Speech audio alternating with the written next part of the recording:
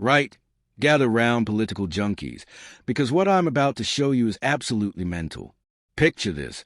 You're scrolling through Twitter, minding your own business, when suddenly the mayor of London starts doing victory laps about crime statistics. Sounds normal, right? Wrong.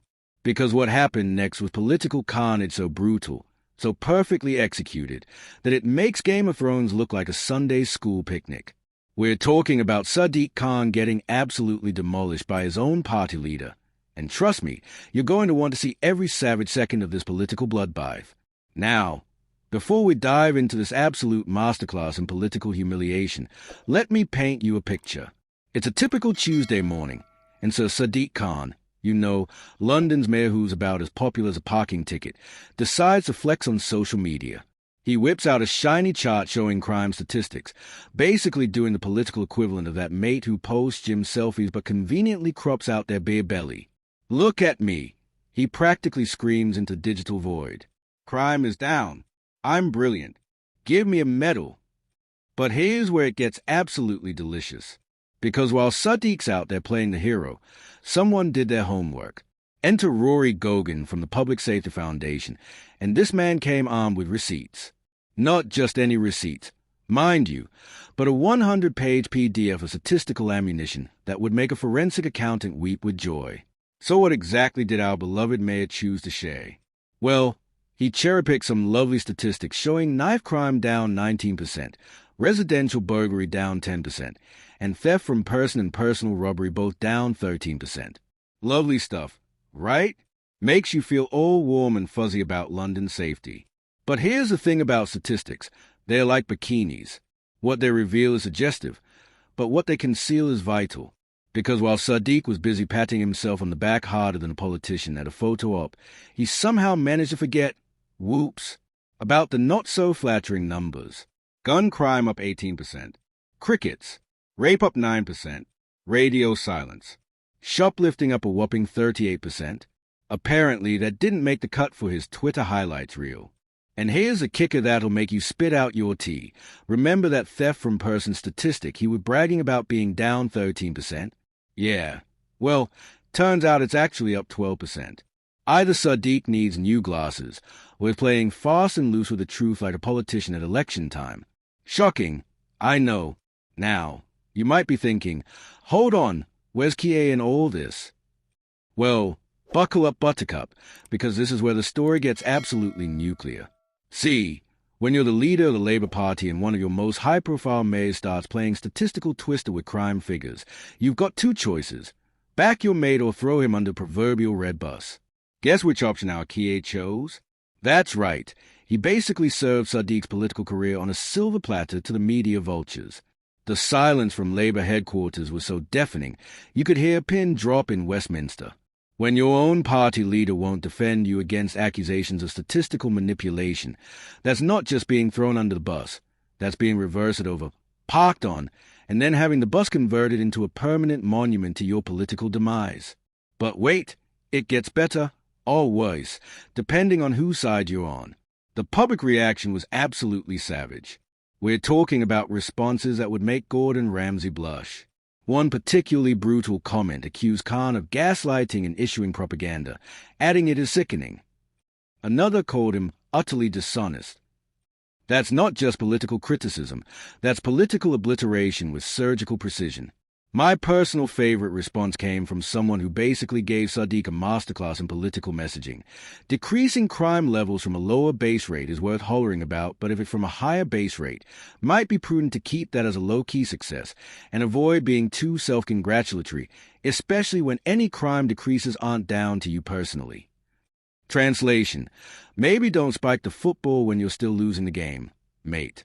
Now, let's talk about the elephant in the room. Or should I say, the crime wave in the capital. Because while Sadiq's been playing statistical gymnastics, Londoners are dealing with a reality that's about as pleasant as a root canal performed by a blindfolded dentist. We're talking about a city where phones get nicked so frequently that they literally had to paint warning lines on Oxford Street. Yes, you heard that right. Purple lines saying mind the grab because apparently London's turned into the Wild West of mobile phone theft. The numbers are absolutely mental. According to research by Currys, Theft hotspots in Westminster saw mobile phones stolen every 15 minutes last year. Every 15 minutes. That's faster than most people can finish their morning coffee. You could literally order a sandwich, pay for it, take 3 bites, and boom, someone nearby just lost their iPhone to a passing opportunist. This whole debacle perfectly encapsulates everything that's wrong with modern political spin. It's like watching someone try to convince you that the Titanic was a successful voyage because most of the ship stayed above water for quite a while. The sheer audacity of cherry-picking statistics while your city experiences what can only be described as a crime festival is beyond parody. But here's what makes Keir's response, or lack thereof, absolutely brilliant from a political strategy standpoint. He didn't need to say a word. He just let Sadiq dangle in the wind like a pinata at a particularly violent children's party. Sometimes the most devastating political move is doing absolutely nothing while your opponent self-destructs in spectacular fashion. You see, this isn't just about crime statistics or political point scoring. This is about trust, credibility, and what happens when politicians think voters are stupid enough to swallow whatever narrative they are serving up. The British public might enjoy a good cup of tea and a moan about the weather, but they're not idiots. When you try to gaslight an entire city about their lived experience of crime, you're not just insulting their intelligence, you're practically begging for political execution. And let's be brutally honest here, Sadiq Khan walked straight into this political meat grinder with all the awareness of a tourist following their GPS into a lake. He could have presented a balanced view of the crime statistics, acknowledged the challenges while highlighting progress. Instead, he chose to play the greatest hits while hiding the B-sides, like a DJ who only plays the good bits of terrible songs. The most delicious irony in all this? Khan's entire political brand is built on being transparent, progressive, and trustworthy. Yet here he is, serving up statistics more selective than a posh restaurant's wine list. It's like watching a vegetarian secretly wolf down a bacon sandwich. The hypocrisy is both shocking and oddly entertaining. Meanwhile, Keir Starmer is sitting back watching this unfold like a chess grandmaster who just realized his opponent is about to checkmate themselves. Why intervene when your political rival is doing such a thorough job of destroying their own credibility? It's political strategy 101. Never interrupt your enemy when they are making a mistake. The timing couldn't be more perfect either. With local elections on the horizon and London's crime problems making national headlines, Sadiq basically handed his critics enough ammunition to last until the next general election. It's like bringing a water pistol to a political gunfight. Admirable optimism, but ultimately suicidal. What makes this whole saga even more brilliant is how it exposes a fundamental disconnect between political messaging and reality.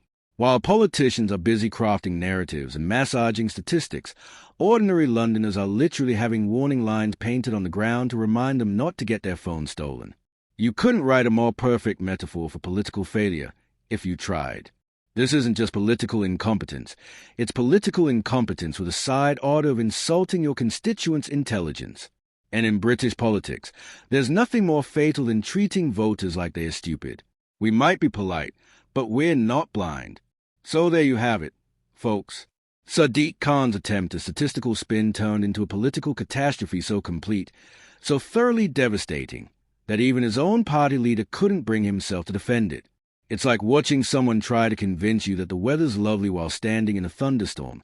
Impressive commitment to the narrative, but ultimately pointless. Thanks for watching, and I'll catch you in the next one where we'll dive into even more political chaos because, let's be honest, British politics never disappoints when it comes to spectacular failures.